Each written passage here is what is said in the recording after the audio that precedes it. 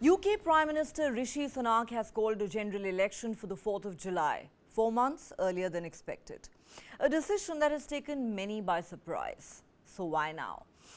In some ways, the equation was simple. When you've had as much bad news as the British Prime Minister did in recent months, you'll take anything in the way of good fortune. UK watchers say these are the possible factors that may have driven Sunak's decision to bring the election forward.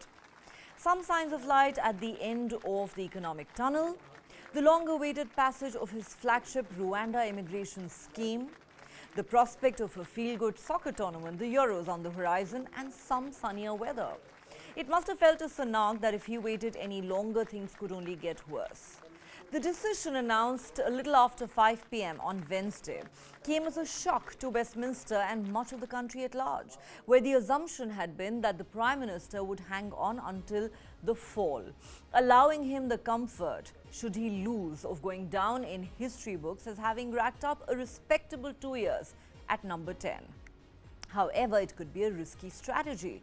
The Tories are 20 points behind the opposition Labour Party in the polls. Some say, with the element of surprise, one of the chief advantages remaining for a UK government facing a rather tricky election, it seems Sunak has decided to gamble on the theory that the outlook would never be better than this summer to face the voters.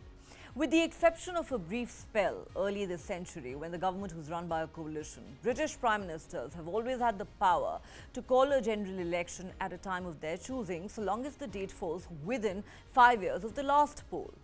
That meant Sunak had until January 2025 to name the day. In January this year, he had said his working assumption was that the next election would take place in the second half of the year. Analysts say the temptation for Rishi Sunak had always been to go long and hope against hope that something would come up to save him from the electoral drubbing that opinion polls have been predicting for virtually his entire time in government. Going early could be seen as an unlikely act of daring by a Prime Minister usually known for treading cautiously.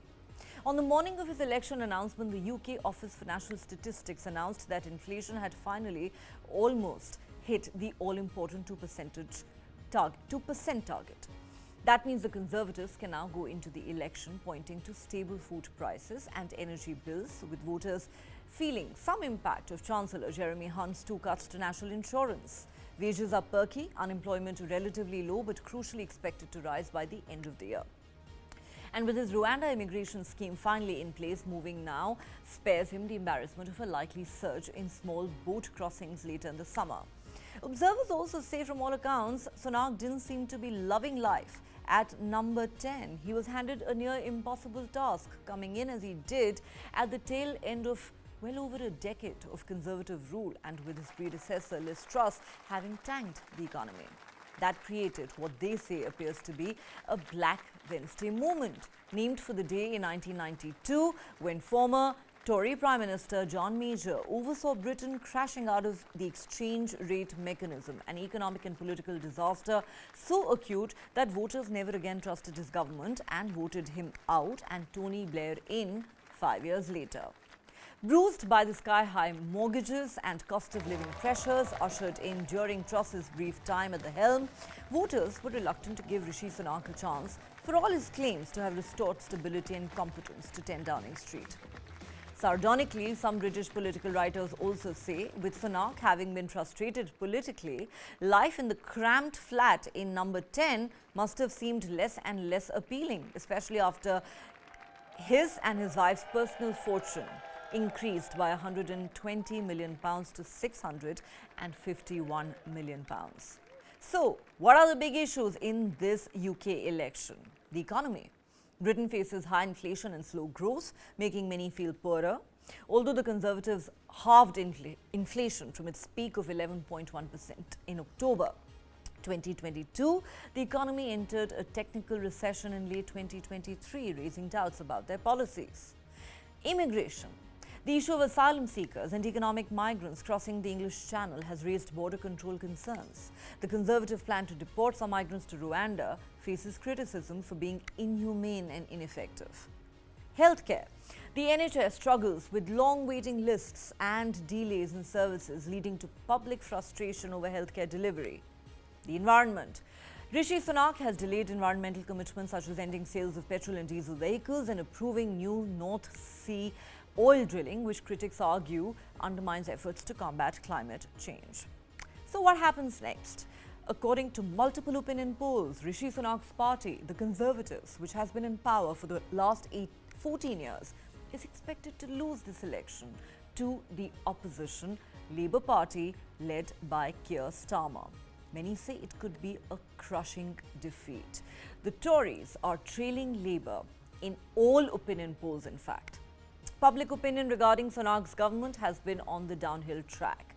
Labour is running about 20 percentage points ahead of the Conservatives.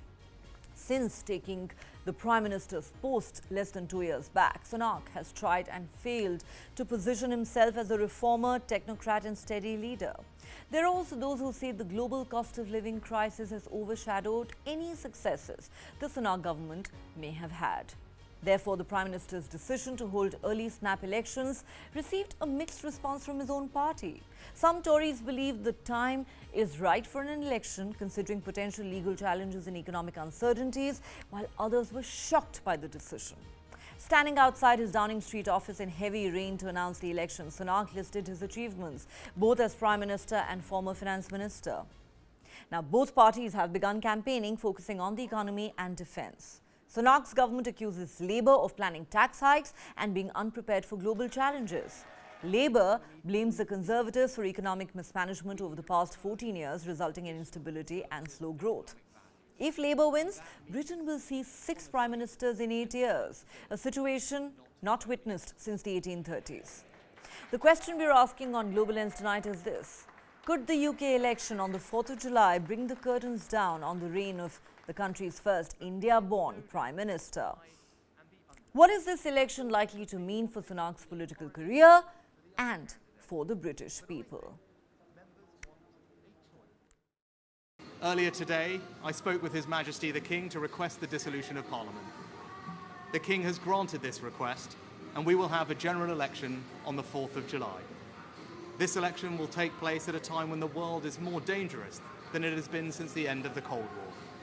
Putin's Russia is waging a brutal war in Ukraine and will not stop there if he succeeds.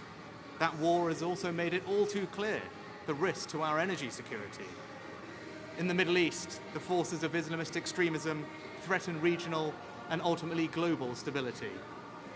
These tensions are exploited by extremists who seek to undermine our values and divide our society here at home. China is looking to dominate the 21st century by stealing a lead in technology. And migration is being weaponized by hostile states to threaten the integrity of our borders. These uncertain times call for a clear plan and bold action to chart a course to a secure future. You must choose in this election who has that plan, who is prepared to take the bold action necessary to secure a better future for our country and our children. The truth is that he's bottled it. He's cut and run. Why? Because he was absolutely terrified, as Ben quite rightly alluded to the fact that Reform UK is going up and up in the polls with our common sense policies to save Britain, whilst the Tories have been sinking in the polls. And I can also confirm with great excitement that we will be standing in 630 seats across the whole of England, Scotland and Wales. No ifs, no buts.